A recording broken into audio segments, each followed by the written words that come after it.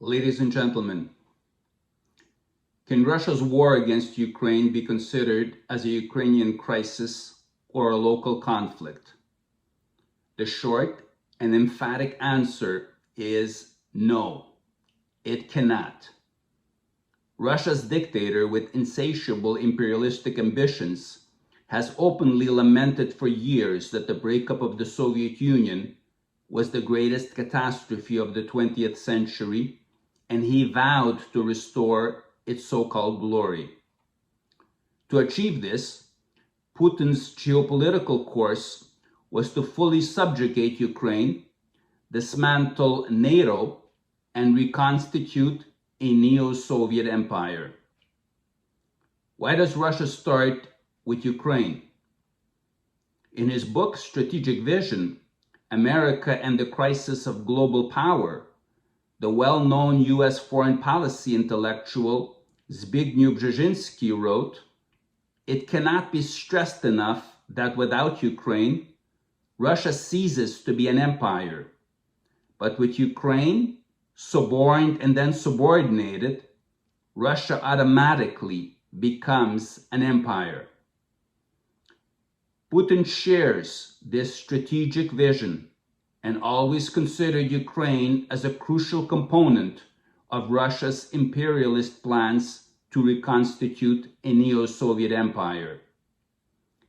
Although Russia's imperialist course starts with Ukraine, it clearly does not stop with Ukraine.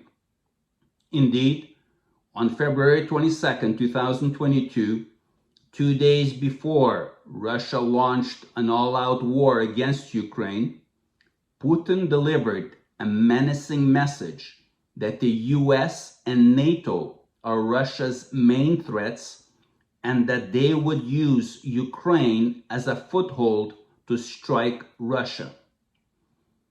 Thus, Russia's initial plan was to invade Ukraine, quickly capture Ukraine's capital, Kyiv, replace Ukraine's government with a puppet government subservient to the Kremlin, and take full control of the whole of Ukraine.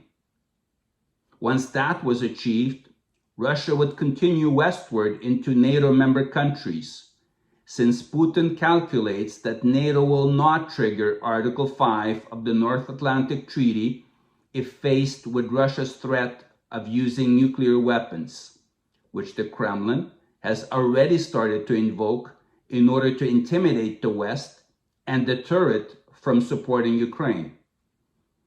Since that initial plan failed miserably because Ukraine's armed forces demonstrated incredible skill, strength, and determination in their heroic defense of Ukraine's territorial integrity, Russia has turned against Ukraine's civilian population with a vengeance and is committing genocide in Ukraine.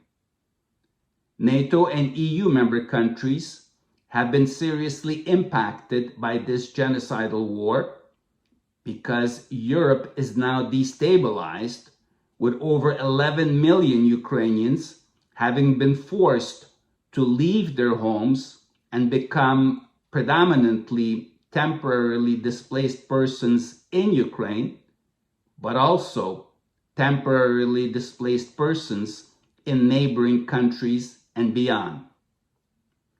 Moreover, on March 4, 2022, Europe's security was dramatically compromised.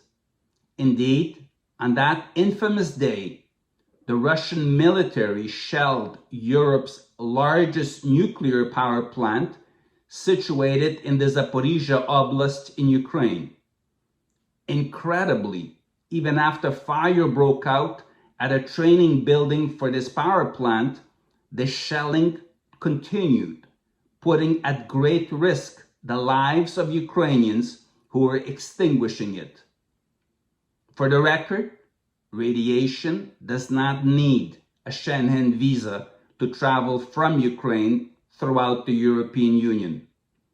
That is why NATO and EU leaders should mark in their calendars March 4, 2022 as the day when Ukrainian nuclear power plant operators and firemen under attack were not only defending Ukraine, but the whole of Europe from an imminent nuclear disaster.